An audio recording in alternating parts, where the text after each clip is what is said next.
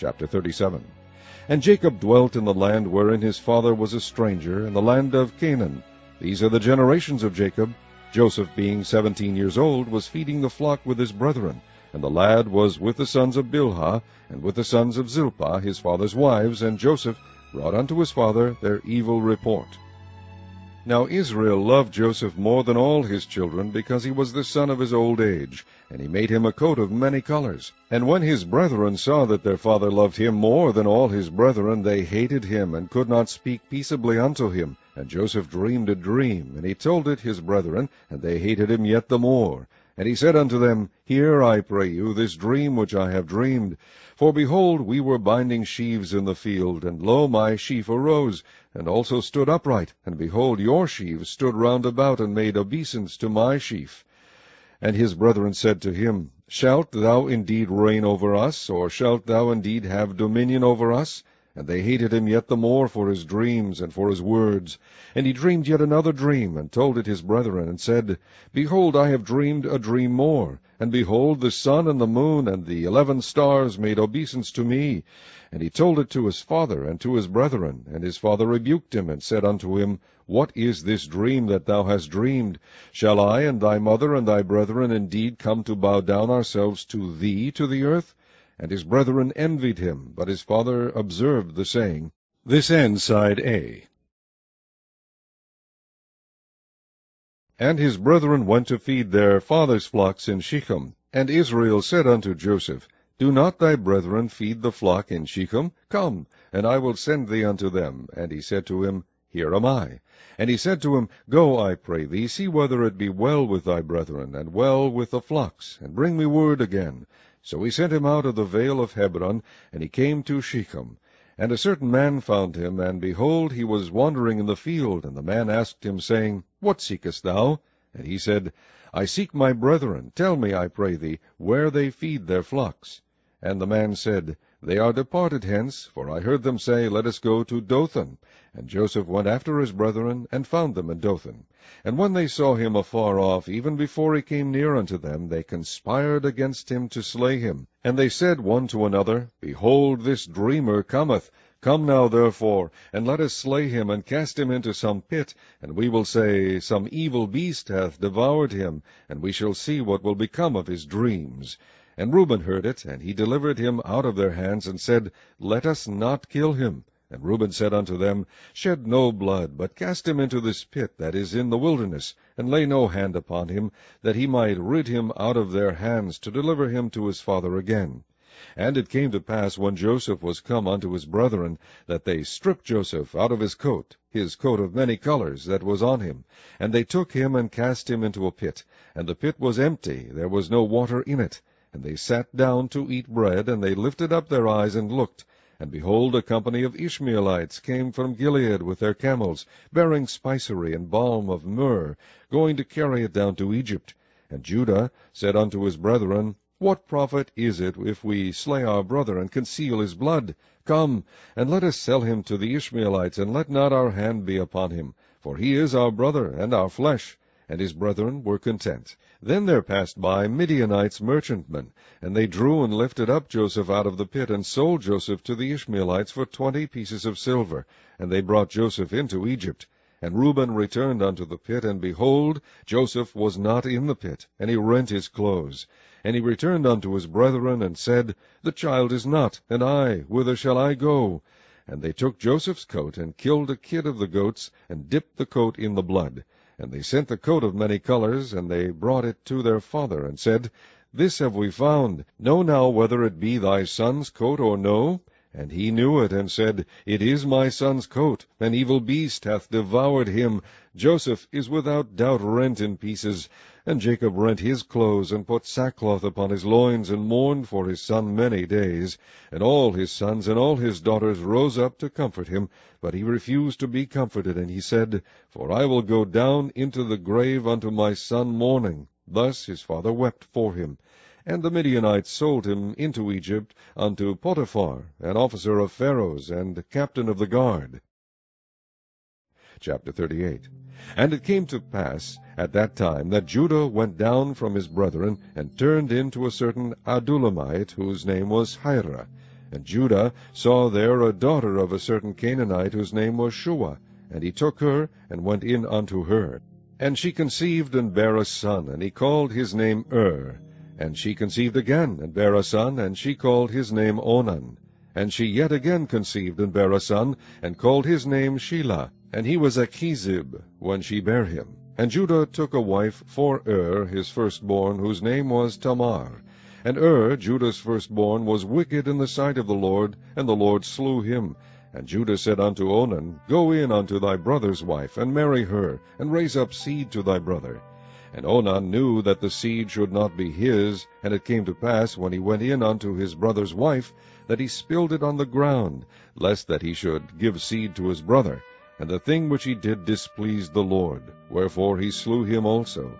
Then said Judah to Tamar his daughter-in-law, Remain a widow at thy father's house, till Shelah my son be grown. For he said, Lest peradventure he die also, as his brethren did. And Tamar went and dwelt in her father's house.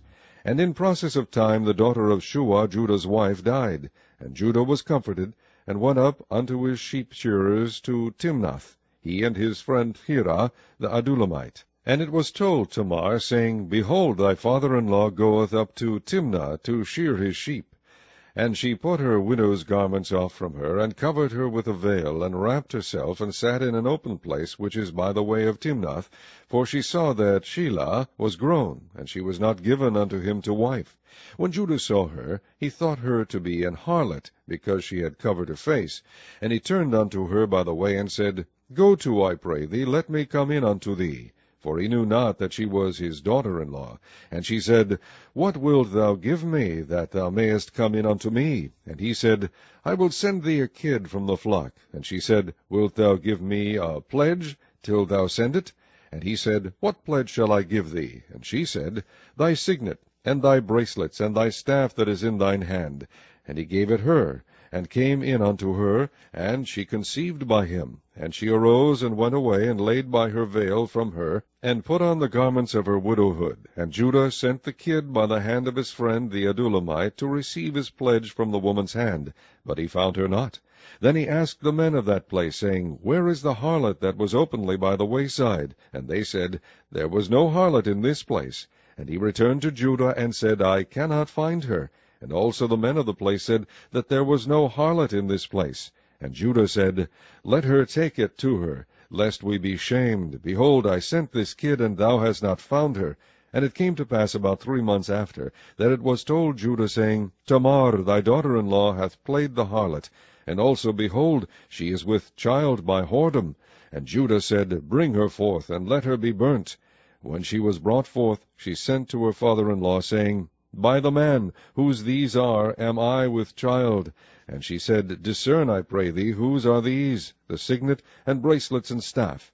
And Judah acknowledged them, and said, She hath been more righteous than I, because that I gave her not to Shelah my son, and he knew her again no more. And it came to pass in the time of her travail, that, behold, twins were in her womb. And it came to pass, when she travailed, that the one put out his hand, and the midwife took and bound upon his hand a scarlet thread, saying, This came out first. And it came to pass, as he drew back his hand, that, behold, his brother came out. And she said, How hast thou broken forth? This breach be upon thee. Therefore his name was called Pharez. And afterward came out his brother, that had the scarlet thread upon his hand, and his name was called Zerah. Chapter 39. And Joseph was brought down to Egypt, and Potiphar, an officer of Pharaoh, captain of the guard, an Egyptian, bought him of the hands of the Ishmaelites, which had brought him down thither. And the Lord was with Joseph, and he was a prosperous man, and he was in the house of his master the Egyptian. And his master saw that the Lord was with him, and that the Lord made all that he did to prosper in his hand. And Joseph found grace in his sight, and he served him. And he made him overseer over his house, and all that he had he put into his hand. And it came to pass from the time that he had made him overseer in his house, and over all that he had, that the Lord blessed the Egyptian's house for Joseph's sake. And the blessing of the Lord was upon all that he had in the house and in the field. And he left all that he had in Joseph's hand, and he knew not aught he had, save the bread which he did eat. And Joseph was a goodly person, and well favored. And it came to pass after these things, that his master's wife cast her eyes upon Joseph, and she said, Lie with me. But he refused, and said unto his master's wife, Behold, my master wotteth not what is with me in the house, and he hath committed all that he hath to my hand. There is none greater in his house than I, neither hath he kept back anything from me but thee, because thou art his wife. How then can I do this great wickedness, and sin against God? And it came to pass, as she spake to Joseph day by day, that he hearkened not unto her to lie by her, or to be with her. And it came to pass about this time that Joseph went into the house to do his business, and there was none of the men of the house there within. And she caught him by his garment, saying, Lie with me. And he left his garment in her hand, and fled, and got him out. And it came to pass, when she saw that he had left his garment in her hand, and was fled forth, that she called unto the men of her house, and spake unto them, saying, See, he hath brought in an Hebrew unto us, to mock us. He came in unto me to lie with me, and I cried with a loud voice. And it came to pass, when he heard that I lifted up my voice and cried, that he left his garment with me, and fled, and got him out. And she laid up his garment by her, until his lord came home. And she spake unto him according to these words, saying, The Hebrew servant which thou hast brought unto us came in unto me to mock me. And it came to pass, as I lifted up my voice and cried, that he left his garment with me, and fled out. And it came to pass, when his master heard the words of his wife, which she spake unto him, saying, After this manner did thy servant to me, that his wrath was kindled. And Joseph's master took him, and put him into the prison, a place where the king's prisoners were bound, and he was there in the prison. But the Lord was with Joseph, and shewed him mercy, and gave him favor in the sight of the keeper of the prison. And the keeper of the prison committed to Joseph's hand all the prisoners that were in the prison. And whatsoever they did there, he was the doer of it.